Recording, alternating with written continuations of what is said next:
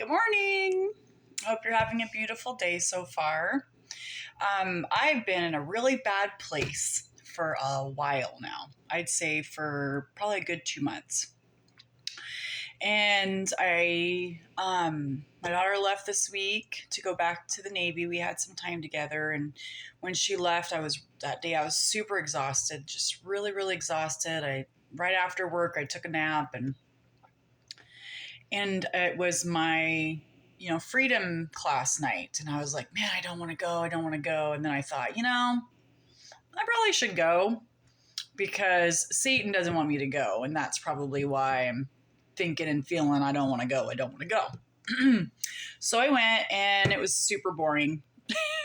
Like, I learned a little bit. My hands are orange because I was doing some stuff with lilies. You can't really see them. They're right there. Lilies. Anyway, squirrel. So it was kind of boring, learned a couple things, and then we had the discussion afterwards. And usually I'm really quiet and I ask questions and stuff.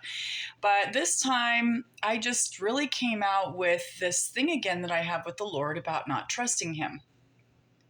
About when, my daughter's dad passed away. We were falling in love. I was falling in love with Jesus.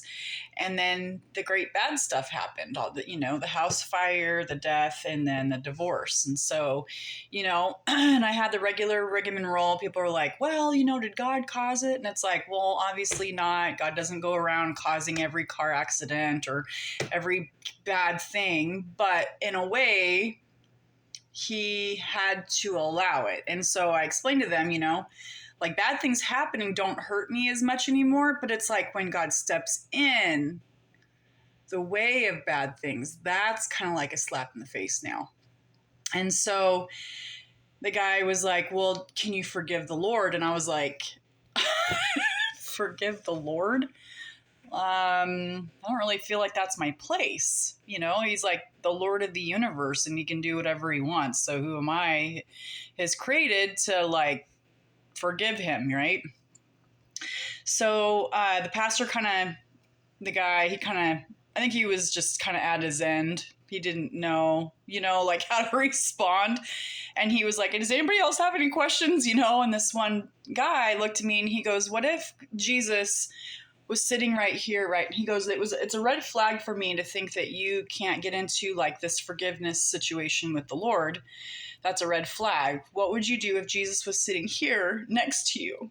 And I immediately started crying. It touched something really deep in my heart. And I couldn't stop crying. It just really struck something deep in my heart. And I just told him, I was like, I can't answer that right now. Like, I'm going to have to chew on this for a while. And so after class, I knew I needed to go to my spot. So I went to my spot and I just imagined Jesus sitting there, in the other seat.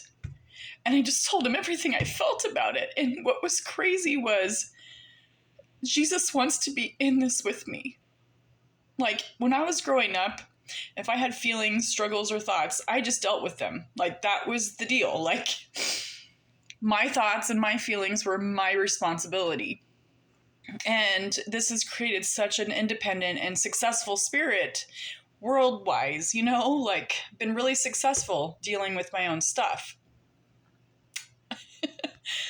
But to have the thought that Jesus wants to enter into this with me and that not just like help me with my thoughts and feelings and my fight with this food stuff and this idol of being thin, he doesn't just want to help me with it.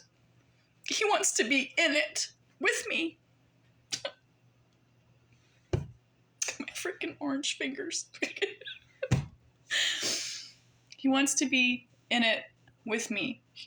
He wants to know how I feel, and he wants to hear because he's in it.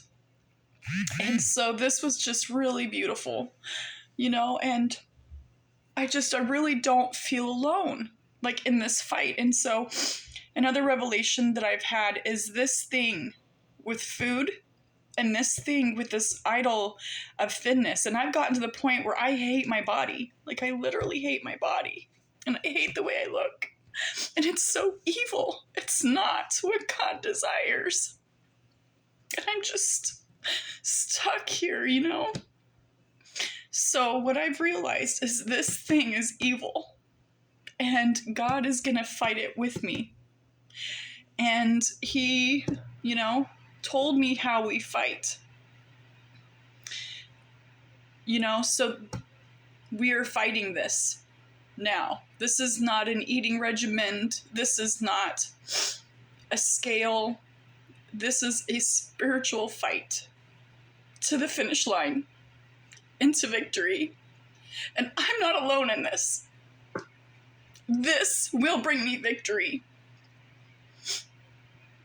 So that's where I am this week. That is the revelations that God has been so gracious to give me. And I feel like Jesus is closer to me than for a long time, you know? Like, I feel like I've been in the Word and physically and mentally close to God, but I feel like my heart's been really far from Him for a long time. And it feels really, really good to have a partner in this. And not just a helper, but a straight up partner. So that's where I am this week. We'll see what happens today. All right. Thanks, you guys. Have a good week. Bye-bye.